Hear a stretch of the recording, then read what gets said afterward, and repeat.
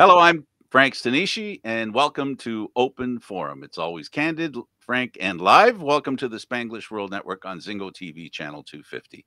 Please remember to download the Zingo TV app at the respective app stores for iOS and Android devices. While you download, make sure you rate and leave a comment. Both apps are absolutely free. Zingo TV is available on Google Chromecast, Amazon Fire, Fire TV sticks, Roku sticks, and also on all smart TVs 2016 forward. Now joining me on Open Forum, Shelley Brown. He is going to be the candidate as an Ontario Liberal for York Centre. I want to wish you a blessed Passover and a happy Easter. I hope you're having a good one so far, and I hope you have a great one on the weekend. Thank you. And to our viewers, of course. Well, let's start at the beginning. Let's talk about you and who you are. Your biggest, I guess, the biggest thing I can say about you is you were a human rights labor lawyer, very entrenched in what rights we have as people within this country. Well, yeah, that's my background. I've certainly practiced law now for 40 some odd years. It's difficult for me to say that number. And for the most of it, it's been as an employment law lawyer. And my predominant client base was employees. And I did related human rights law as well. And therefore very comfortable with the Ontario Human Rights Code and the protections it affords to employees and other individuals. So that's my background from a professional standpoint. Yeah, let's talk about that a little bit. I'm sure it has had an impact on your future and your future endeavors, which politics is one now. Mm-hmm. How has human rights changed in your mind in the 40 years that you've been involved? Well, I think people are more sensitive to it, and I'm thankful for that because, quite frankly, we have a society where there are stratifications in terms of where people are and their positions in society, and I think that we need to protect certain people who are marginalized or don't have the same resources as those in the employment area and the employer area. And so I think that that sensitivity, that knowledge of where their rights are, I think are very important. Yeah, I guess if I were, as a person who isn't in the legal system, just as a person who's lived life, human rights now is something more or less that is a blank page with a set of values on it. And now you take people, depending on where they're sitting and where they come from, and all these other effects or causes that they have in their background. Has it become simpler to teach people what human rights are? Because we along with the changes that Canada's gone through, and I'm sure with what you did, people from different countries have different attitudes. How did that impact on human rights as far as you're concerned, as far as expectations and delivery is concerned? Well, that's a very wide-ranging question. I think we got an hour. I'd like to do it more quickly than that, but I think that it's not a question of. I think it's a question of being able to provide the rights to ensure that people who need to have access to the courts and the justice system are able to have that access and know where they need to go in order to protect themselves if they've been wronged. And so that really is the most significant aspect of this whole thing. I think there needs to be access to justice. I think people need to be able to afford an attorney if they do need to have an attorney. I think they also need to have the resources to be able to access the tribunals, the Ontario Human Rights Tribunal, for instance, and thereby redress whatever wrongs were done to them, whatever infringements of the code were acted upon. And so that's really where things need to be focused. That's where people need to have certain protections. Now, you're a person, who isn't just a linear. You have a wide-ranging bit of experience. You're also a singer and musician and writer. Tell us a little bit about that and how that fit into your life. Well, my parents wanted me to become a violinist, and so I practiced. I played violin for 8 years. During that period of time, I also picked up the guitar and started playing guitar and writing songs. And I went to France, and I was playing outside in the streets of France, and somebody from inside a bar came out and said, "Who's singing that song?" And for all intents and purposes, I was quote unquote discovered in France. I was on French radio. I did some recording in France, and when I came back to Canada at the time, I was living in Montreal. There was somebody I knew who was a producer for the CBC, and I signed a record deal with him. He also got me to do a couple of broadcast recordings for the CBC. I had a few shows that where I was featured on the CBC, and so that was the essence of my my background in music. For a couple of years, I did that, and it was really interesting, really exciting. So you have a social background with the legal experience, Mhm. you know, and you have, as far as music is concerned, a cultural background. And when I say this, I'm speaking from the perspective of as a human being and to be a politician. We'll Mhm. move on to the political side now. So now you have those two things. Where does the political side fit into those other two versions of Shelley Brown?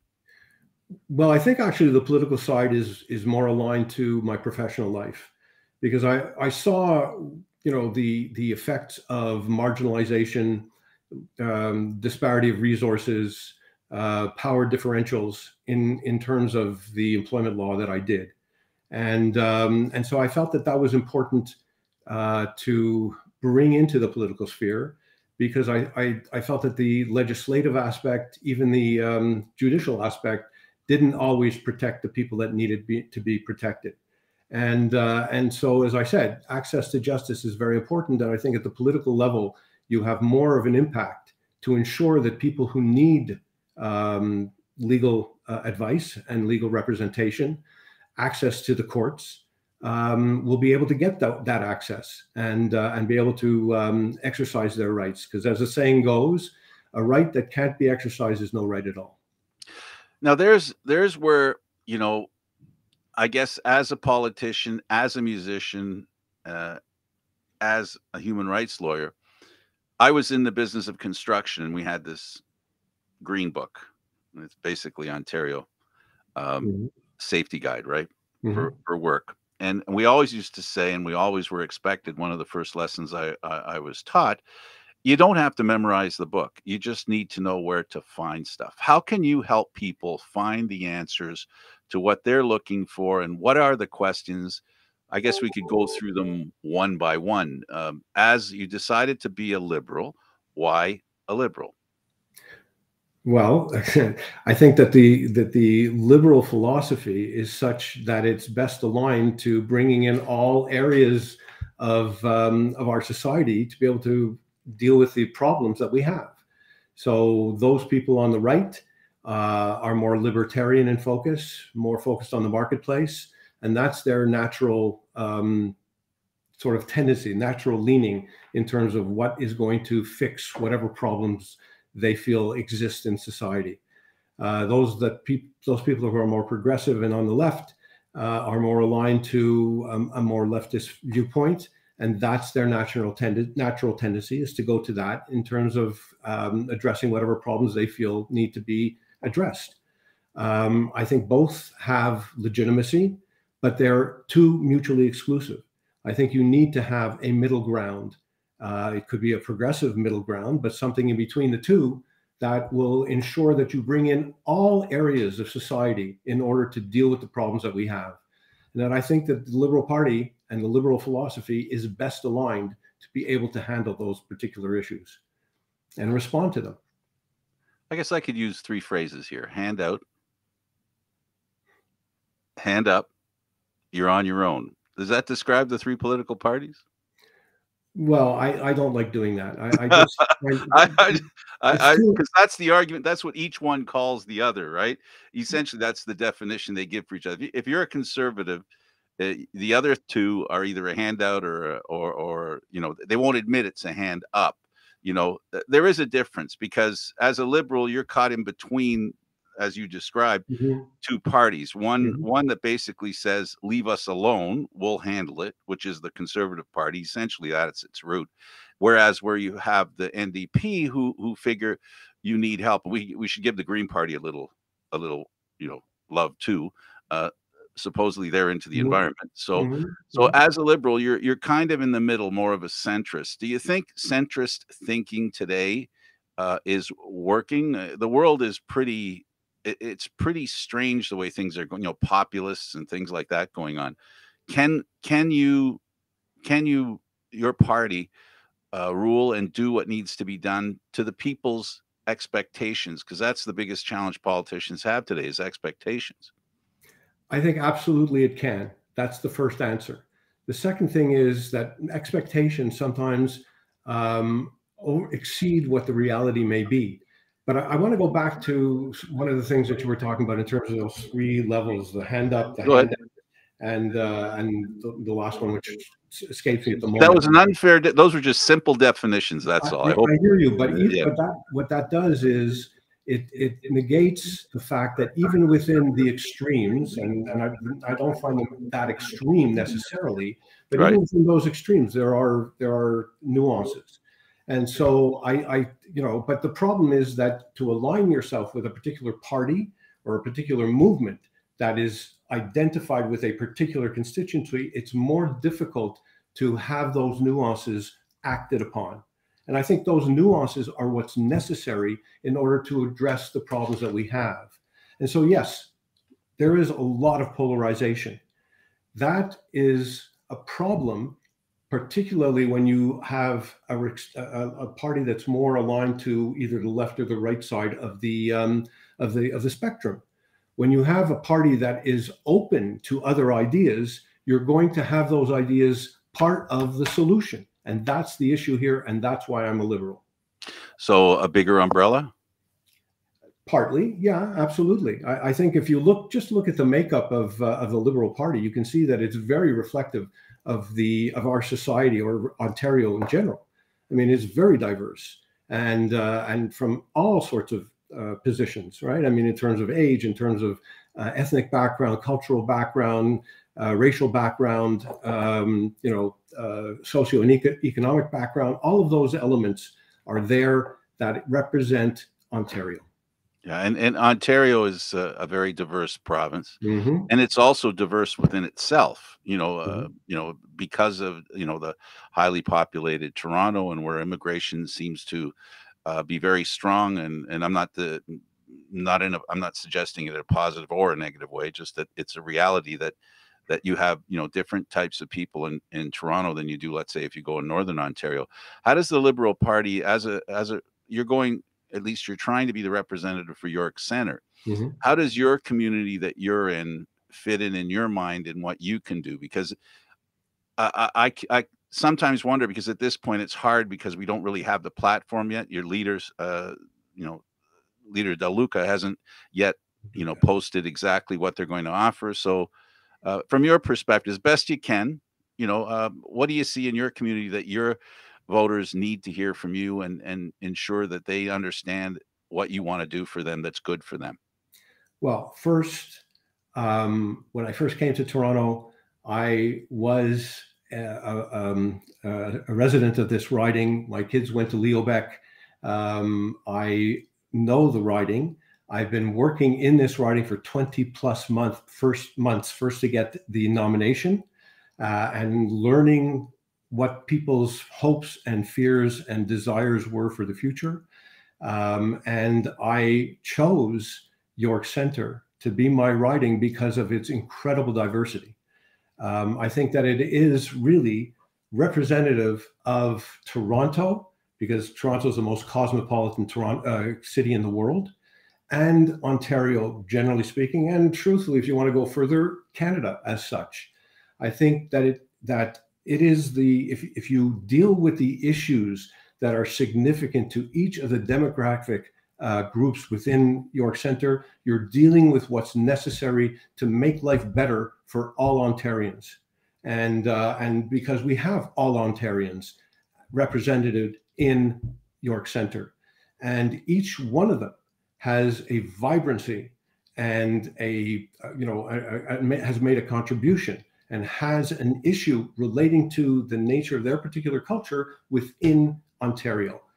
If you deal with all of those varieties and variations, you're actually dealing with what Ontario represents and what York Centre represents, and that's why I feel the Ontario Liberal Party is the best suited, because it actually reflects what York Centre is all about.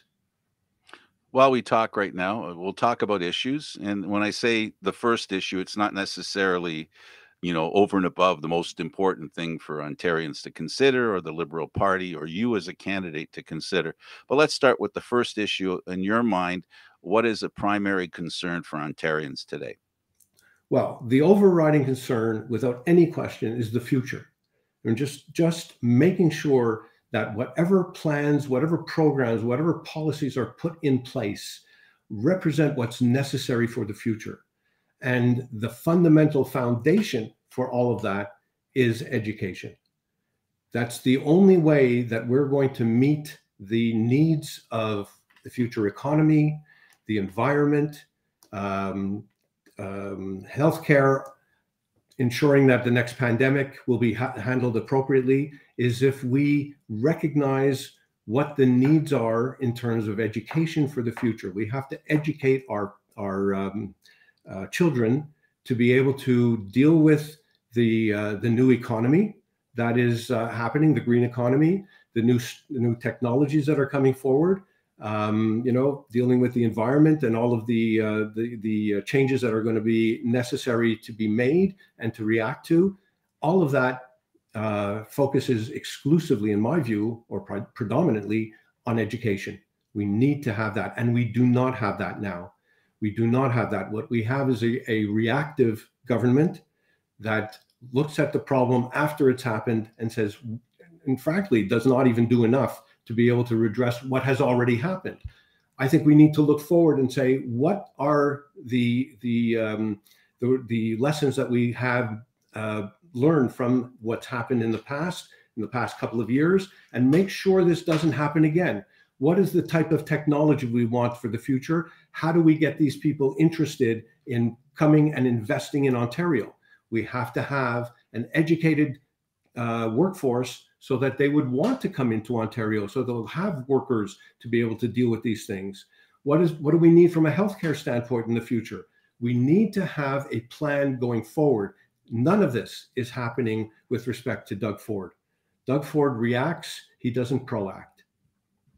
Well, in fair, just to be fair, if I can be the devil's advocate here, a lot of what happens when and if you guys get elected, I'll say the same thing again, because it's something I'm going to keep repeating in my life. I've learned that every party that takes over, control of the government, whether it be city, provincial or federal government, every one of them inherits something.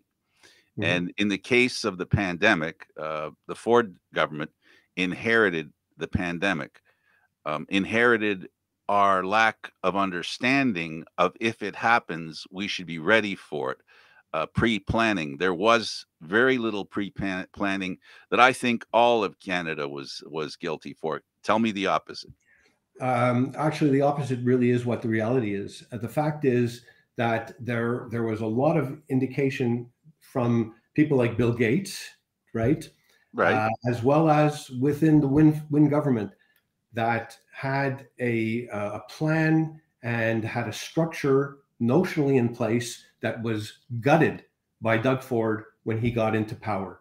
Now, I acknowledge the fact that we weren't aware that there was going to be a pandemic as such, but when the pandemic happened, there was very little done to learn from what happened in China, to learn from what the government and the scientists started learning about. So I acknowledge that for a period of time, we were all learning as we went along. But that learning phase did not last for 4 years. That learning phase did not last, I'm sorry, for 2 years. That learning phase did not even last for 6 months. We were learning and truthfully learning as we went along. And I'm suggesting to you that Doug Ford did not learn the lessons that were happening during the course of the pandemic. And so there was very little change. There was a lot of catch up. And each time we had to catch up, that we had to catch up, it actually was at the expense of people's lives and people's livelihoods going forward. I mean, look, the cuts that Doug Ford made at the beginning of his tenure, right, seriously compromised how well we could react to the pandemic going forward. And the event and the ultimate outcome shows that this is what occurred. Don't disagree. In fact, the cuts that you're referring to aren't just ones that he made. They go back almost generations. I can remember the cuts that have happened. The point being, I guess, that the biggest lesson might it not be our ability, our hospital system, our ability to handle illness in larger numbers than it was able to. We have a very is it something that now you believe your party understands, that there has to be an ability for our healthcare system to handle sick people in bulk over a short period and, be reflexive as opposed to unable to handle, all the different hospital beds that need to be created at a moment's notice? Absolutely. But I think even more so, the Liberal Party is now sensitive and aware of the fact that we can't let it get to the point, right, without at least reacting to it, to the point where we're in that type of, dangerous dynamic. And truthfully, there has to be, it's very simple. We could have tested, we could have traced, we could have vaxxed, and we could have masked. Those were the four things that were always there from day one and were never implemented in any consistent manner by Doug Ford. My party, the Liberal Party, knows of those four things. It's aware of how they interact within the context of a pandemic, how they protect against the continued spread, and certainly that's going to be the modus operandi of the Ontario Liberal Party if it gets into power, and I think it should, to make sure that this doesn't happen again, that it doesn't get to the levels that it got to with Doug Ford. And he only reacted to it after the fact, after the point where it was so scary, and nurses whose salaries were capped at 1% gave up their lives, both metaphorically as well as actually in many instances, in order to make sure that we still were able to function. And truthfully, a lot of the procedures that were not related to the pandemic, not related to COVID, that had to be canceled as a result of this overwhelming volume of need for ICU beds, also affected other people. We can't let that happen again. And if Doug Ford has another 4 years, I really fear that that's what's going to happen in the future. May I suggest, and maybe you can comment on, in other words, if I'm hearing you right, is as a government, we need to respect existing frameworks and the ones that exist rather than destroy them, and also continue to create frameworks in the event. I mean, these are the frameworks that I think you're referring to, and if I understand you correctly, that we need to build these frameworks and maintain them in the event that something happens. And sometimes things get a little exaggerated because you want to save a couple of dollars, and then what happens? See, because you want to save some money and then you destroy the framework. How do you ensure the frameworks are maintained? Because you're saying they were there and now they're gone. What have we learned, and what have you learned, and what does the Liberal Party has learned to ensure that whoever takes over understands the importance of these frameworks that are together for future, like insurance, I guess is the word I'm grappling for. Well, it's I think that when you get rid of something, it's not available to you, right? If it's still there in some fashion, then it can be resorted to, number one, and secondly, if necessary, modified. But you don't have to then build it again from scratch. And that, there's almost a certain sinister element to it, because it's almost the assumption that other people's viewpoints don't matter. So the previous administration had the belief that they needed to be in a position to respond to something in case it happened. And then the current administration basically said, we don't really care about that. We're going to roll the dice, and we're going to hope that it doesn't happen. But they roll the dice and people die. That's the issue here. And I'm not suggesting that we have to build and throw money at this framework, but let's keep it intact so that it can be responded to and used, so that things like that which happened in the pandemic will not happen again, or at least will be responded to quickly enough so that people's lives will be saved, not sacrificed. You're speaking to the words that you started with, which is the future. And the future, the future has different levels, right? There's tomorrow, there's next week, there's next month, there's 10 years down the road, there's 50 years down the road. The pandemic issue is something that didn't happen for 100 years. So we can't assume, it's not going to happen because it hasn't happened in 100 years. I guess you're suggesting we should have that framework there. All right, any other long-term issues? Well, can I just comment on that last little statement that you made?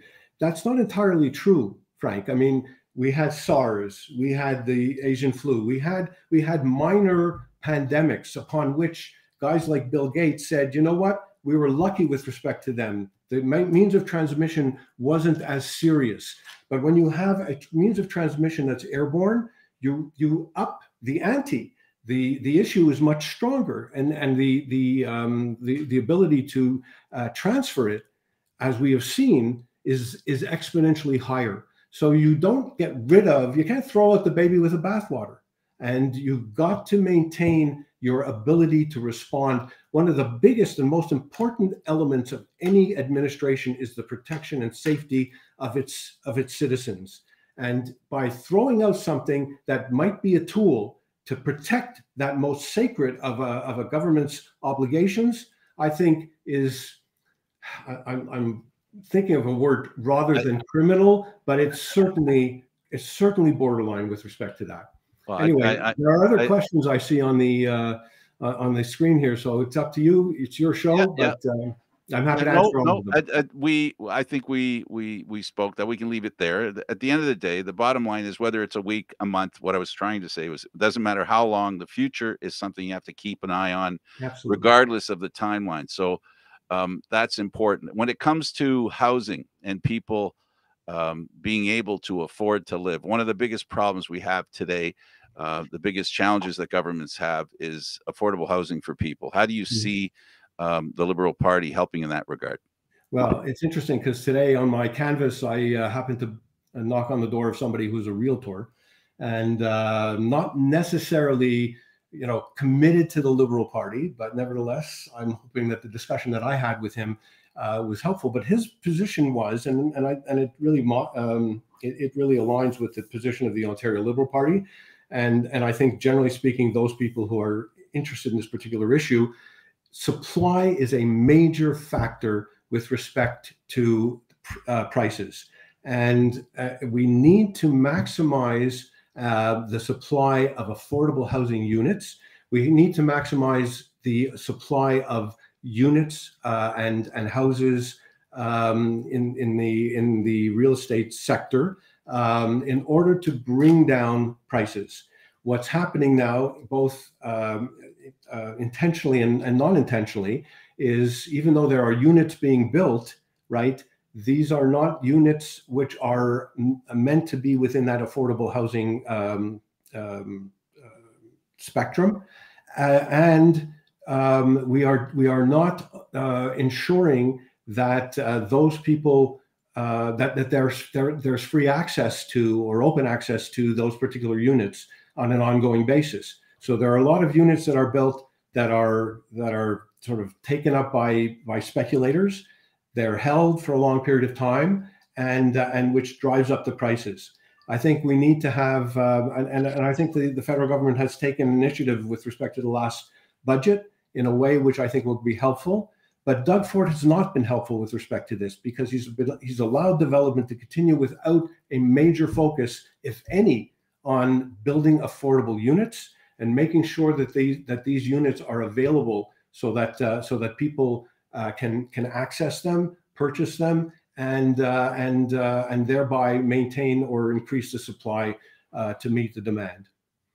Affordability also has to do with existing homes, right? Well, for sure, So, but that's one of the problems as well, right? That the skyrocketing, it's a good and bad situation. There are people who I own a home. I love the idea that my house is getting more valuable every day. Mhm. That's fantastic. But for somebody who isn't on that, I'll call it a merry-go-round yet, you know, it's hard to get on. So your proposition is to help first-time home buyers, and if Yes, I have that exactly. right, Yeah. and first-time home buyers that are trying to start a life. Like we have a lot of young families, and it not necessarily families here. I don't want to sound like I'm favoring families, but young families that have a child, to have a home and not live in an apartment is an important issue to families, and as far as raising. So you're trying to create an environment for people to live uh, a better life, because how else, housing, how about employment? I mean, that's an important issue, as far as people. I'm one of those. I'm old enough to remember my parents bought a home for $18,000. My dad was earning $6,000 a year. 6 times 3 is 18,000. That means in 3 years he earned, didn't keep, but he earned enough money to buy a house. Today, that's not true. We're talking, if you live in Toronto, $800,000, for 3 years. That means you have to earn almost $270,000 a year to be able to have, enough money Mhm. that you earn. So is it reversible? Is there an opportunity to create opportunities for young people to buy homes? Because that's who we're talking about here. We're talking about our present day workers, our present families, single or married, doesn't matter, people trying to live. Yes, I think absolutely there is. I mean, I don't think it's going to happen tomorrow, but I think that the steps that need to be taken can be taken relatively soon towards moving in that direction. So, and I think you hit the nail on the head in many respects when you talked about a first-time buyer.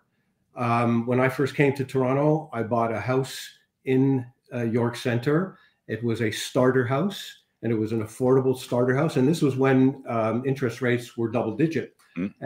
and builders were giving 3-year mortgages at relatively low cost, although even more so than they are now.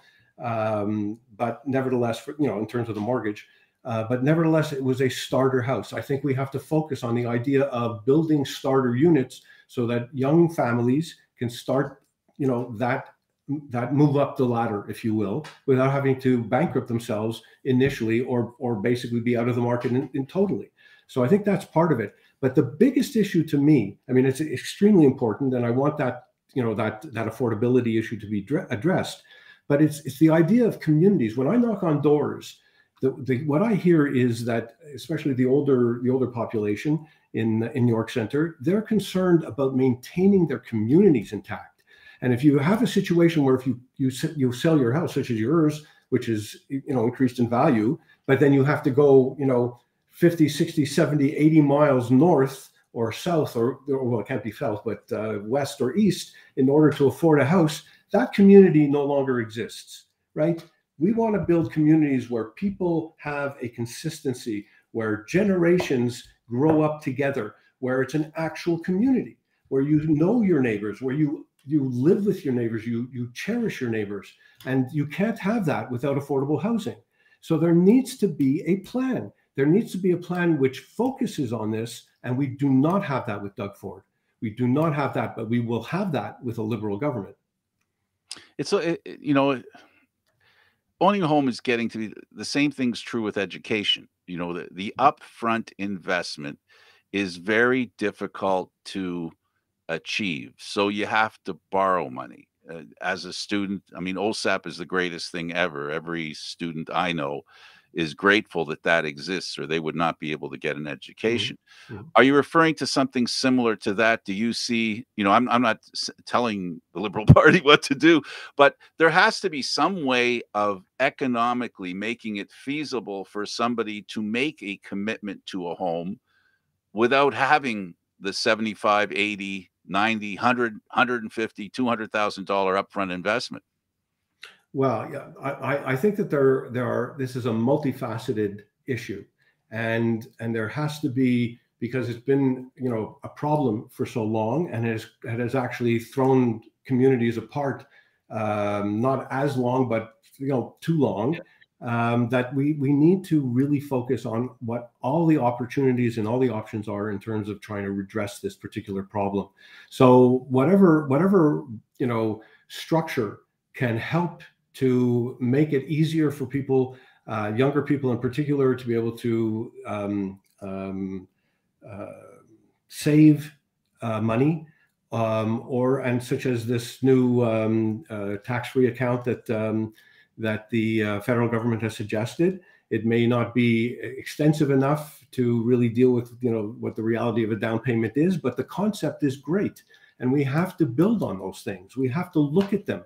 We have to be resilient. We have to be creative, and quite frankly, throwing it open to the marketplace clearly shows that the opposite effect is happening, right? We now have situations where the supply doesn't exist anymore and prices are going up. So we need to have input from all stakeholders. We need to have people who are sensitive to this particular issue to provide their suggestions. And quite frankly, the Ontario Liberal Party has been engaged in a policy initiative for the last 10 months. And I think you'll see some really interesting suggestions come out. But that's not the end of the equation. We have to continue making it easier. We still have to continue thinking about other alternatives. Oh, okay. So, like, you know, a reasonable, affordable mortgage that allows people who are more than willing to commit to long-term investment that a home is, not just because they have a family, but because they want to have a home. Two people who aren't married, everybody who wants to have a home. I just don't believe, what I've learned in my life is that everybody has, a large majority of people have house pride, and it creates value within themselves, you Mm-hmm. know, where it makes them not just productive, it makes them feel like they're productive and part of society, a good part of society. You know, it is truly something that makes one feel really good about themselves when they have something like that that's theirs. So anything the Liberal Party can do for that, I'm sure, and I'm speaking for those kinds of people because I'm the other person you were referring to. I live where I live now, in Wasaga Beach, because I could afford to buy a house here as a Mm-hmm. senior, and I Mm-hmm. could move here and afford to buy a house and have it manageable. Whereas I could not have done it in Toronto, in by any stretch of the imagination. I could not have. So there are, and I'm hearing this is a disappearing opportunity as well. So you speak the truth when you talk about there's hardly anywhere. So all right, well, housing is an important issue for you and the Liberal Party. I'm more interested in what you think. I understand the Liberal Party, fortunately, agrees with you. So housing is very important. We talked a little bit about employment. Ontario, for years, was the driving force in this country. Some have joked in recent years that it's a have-not province for whatever reason. How do you see economically that Ontario can do better? We know that with green energy, that's something that Ontario has an equal opportunity to anywhere else in the country to excel in that. How important is that to you? It's extremely important. And it goes back to what we started with, and that is the future, and education as the foundation to make sure that the future is viable and something that we can benefit from. And so, you know, the green economy is inevitable, regardless of how we drag our feet, how we try and look back to the past and look at the fossil fuels and worry about you know, oil and everything else, which clearly is an issue because there are people whose livelihoods depend upon that. I'm not trying to, you know, soft pedal that issue, but nevertheless, the future is green energy. And so we need to have a population that is educated to get the jobs that are necessary, educated to be creative, to make sure that whatever the future holds and whatever industries come up relating to green energy are ones that will stay in Ontario, that want to make Ontario their home, where we get the good jobs that are going to be generated as a result of that. And we need to do that in the public school system as much as in the private school system. I mean, the vast majority of students are going to be in the public school system. People who are going to invest in Ontario want to know that they're going to have a workforce and an administrative force and a creative force, right, a research and development force that will be able to make use of these new technologies, this new economy in a way that is going to benefit them in Ontario. If you build it that way, this type of investment will come. It's almost axiomatic. I don't even know why we're even talking about it. It just makes sense. But you don't have, what you don't have in the Ford government is a plan to make sure that there are charging stations everywhere. You don't have a group of people that are focusing on what's going to happen in the future in terms of windmills, in terms of solar energy, in terms of all of those things that are necessary to be brought to Ontario so that we can benefit from this going forward. That's what's critical here, you know, and that's what we're not going to get if we have another 4 years of Ford. Well, the reality is that, you know, I look at fossil fuels as an old friend, and I know, you know, my old friend sometimes feels like I'm looking to replace them, and they don't like it. It's something that they don't want. The insecurity kicks in hard and fast, right?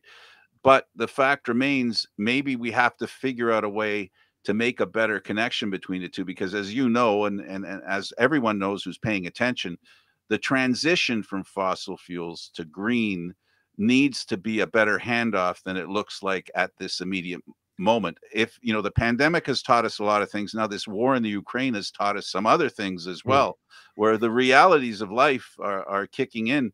Are you willing to accept the fact that fossil fuels at this time, there's a rethink going on because of the second most available oil comes from Russia, and everybody's turning that tap off? The reality of maybe, you know, fossil fuels for now, we have to pick the lesser of two evils, maybe. Well, I firstly, my whole premise is such that I don't. I think that it's inevitable, as I said, that fossil fuels will be a footnote in history at some point in time, but that's not the case now. And we also have to react to the realities that are confronting us. And one of the realities is that because of what's happening in the Ukraine, a lot of the supplies of all sorts of other energy sources are limited. We also want to make sure that, I know apparently at the federal level, it's not the provincial level that's dealing with this particular issue, but that whatever difficulties we can throw in Vladimir Putin's way, right, will make it more difficult, if not impossible, for him to continue this war. So if one of those things is to, you know, refer back to fossil fuels and see what other areas we can source them from, including Alberta, so be it. It's a temporary thing. But truthfully, I think that those people who recognize that ultimately, okay, forget about the Ukraine for the moment, forget about the immediacy of the situation, ultimately is going to be, prehistoric, if you will, right? Mm-hmm. They're doing a favor to the people in the country, because if the ultimate fuel supply is going to be green energy of whatever nature, then those people who are now relying on fossil fuels will be in a very difficult position if they don't make the transition as well. And we have an obligation, I think, because they have helped to maintain our standard of living and our position. We have an obligation to them to make sure that their transition is made as easy as possible, because it's going to benefit all of us. To me, this sort of, you know, compartmentalization of areas of industry and what's going to happen in the future and who gets benefit from what is not helpful. We need to know that we're all in this together, and then that whatever handout or hand we give to one side is something that's going to benefit everybody. And so, yes, I think we have to work with people in Alberta, people in the fossil fuel industry. I think we need to do all of those things together, because we're all going to benefit from the transition that's going to happen in the future. I want to remind the folks that are watching, we're with Shelley Brown, who is vying for the position of MPP for York Centre as a Liberal. And one of the things is that's become apparent as well. The unintended consequence of what happened in Russia around the world and here in Ontario too, because to specify that in the context of Ontario, um, we know that the unintended consequence that leader had on the rest of the world, he's done things that have now pushed faster the issues that we all want to advance, which is our independence from oil, greenhouse gases, our independence from people who are dictators and bullies. It's had that kind of effect. We talked. The reason I say this now is we talked before the program started. You and I were talking about how there are no problems. There's just opportunities. I'm paraphrasing. Uh, this is an opportunity for Ontario and the world and Canada as a whole, where green is a good idea, because I think wholly, the more independent everybody can be from others, the more peace there'll be in the world, because we won't have dependency. When there's dependencies, there's you owe me, and sometimes you owe me is a debt no one wants to pay. So how important Mhm. is independence for Ontario? Is this another reason why green is good, and why how does the independence of Ontario fit into your thinking, and how we can make ourselves more independent? Well, it's a two-edged sword, truthfully, what you've just postulated. I do think that under certain circumstances, especially when you have an authoritarian autocrat who is not ready to worry about how it's going to impact everybody else, including himself, by the way, and his Hmm. population, his citizens, um, that's a very unique type of situation. If he's not ready to worry about all of those particular issues, then really the rule book is thrown out the door. So under those circumstances, we see it can happen.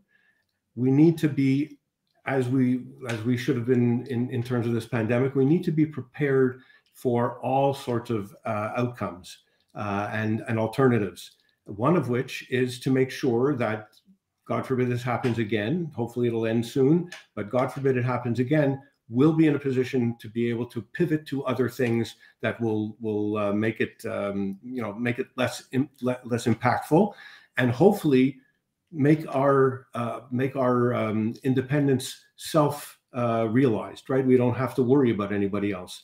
That probably can happen in certain areas and up to a certain point, but I think the way the world is now, it's a virtual impossibility forever. And so we also then have to work hard to ensure that these types of circumstances where you have this type of autocrat, this type of person who doesn't care about norms or the impact on his own population, we can react in a way which minimizes that potential from happening. And also, not only that, but be sensitive to the indications that these things are in his mind or her mind, right? Right. Although I think the argument would be that it's much less likely that it would be a woman who would do something like this. But nevertheless, we have to be concerned about all these things and be able to take the steps before these happen.